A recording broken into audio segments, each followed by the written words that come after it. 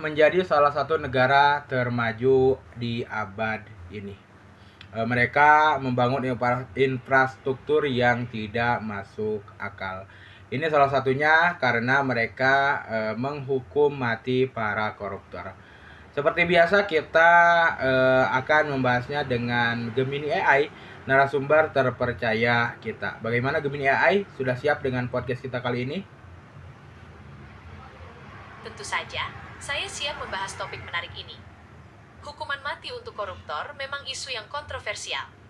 Di satu sisi, korupsi merugikan negara dan rakyat, jadi hukuman berat bisa jadi efek jera. Tapi di sisi lain, ada kekhawatiran soal HAM dan efektivitas hukuman mati itu sendiri. Bagaimana menurutmu? Apakah benar kemajuan Cina saat ini gara-gara koruptornya dihukum mati? Kemajuan Tiongkok itu hasil dari banyak faktor.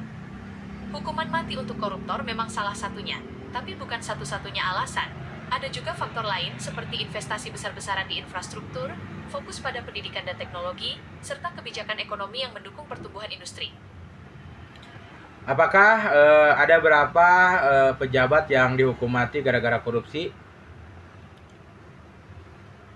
Wah, sulit untuk mendapatkan angka pasti berapa banyak pejabat yang dihukum mati karena korupsi di Tiongkok. Pemerintah Tiongkok memang tidak mempublikasikan data detail tentang hukuman mati. Tapi, yang jelas, hukuman mati memang diterapkan untuk kasus korupsi yang sangat berat di sana. Batasan untuk korupsi sampai terkena hukuman mati itu seperti apa? Bisa cari tahu atau tolong ceritakan bagaimana mekanismenya?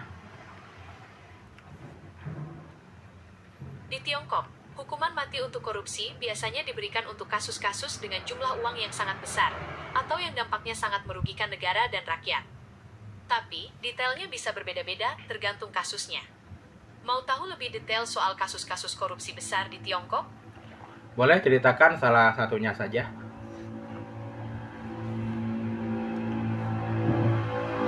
Salah satunya adalah kasus Lai Xiaomin, mantan kepala perusahaan pengelola aset BUMN Tiongkok. Ia dihukum mati pada tahun 2021 karena terbukti menerima suap dalam jumlah yang fantastis. Kasus ini cukup menggemparkan dan menjadi bukti keseriusan Tiongkok dalam memberantas korupsi. Berarti dengan adanya hukuman mati tidak menutup kemungkinan korupsi itu akan tetap ada.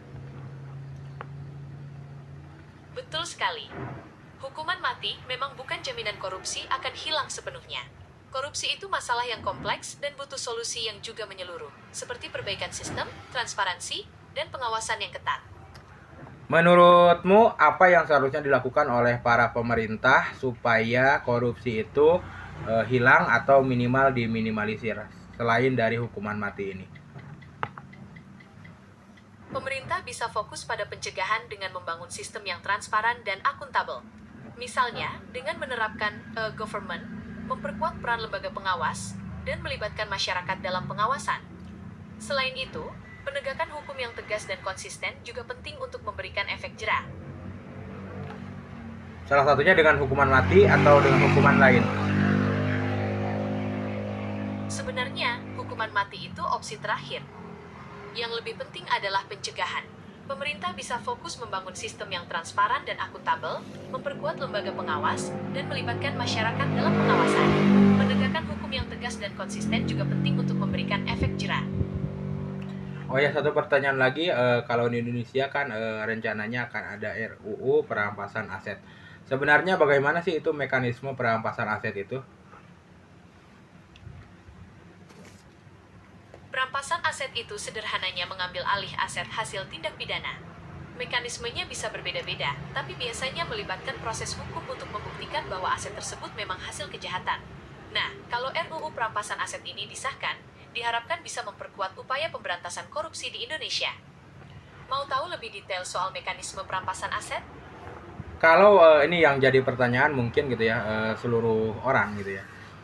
Ketika ada seseorang korupsi gitu ya. Nah, uang hasil korupsinya itu apa dikembalikan ke negara atau hanya dengan dipidana atau denda? Pada dasarnya, uang hasil korupsi itu harus dikembalikan ke negara. Prosesnya bisa melalui perampasan aset atau pembayaran uang pengganti. Tujuannya adalah untuk memulihkan kerugian negara akibat korupsi. Namun kenyataannya di Indonesia seperti itu atau tidak? Sayangnya, praktik pengembalian uang hasil korupsi di Indonesia belum sepenuhnya efektif. Masih banyak kasus di mana uang yang dikembalikan tidak sebanding dengan kerugian negara. Ini jadi salah satu alasan kenapa RUU Perampasan Aset sangat penting untuk segera disahkan.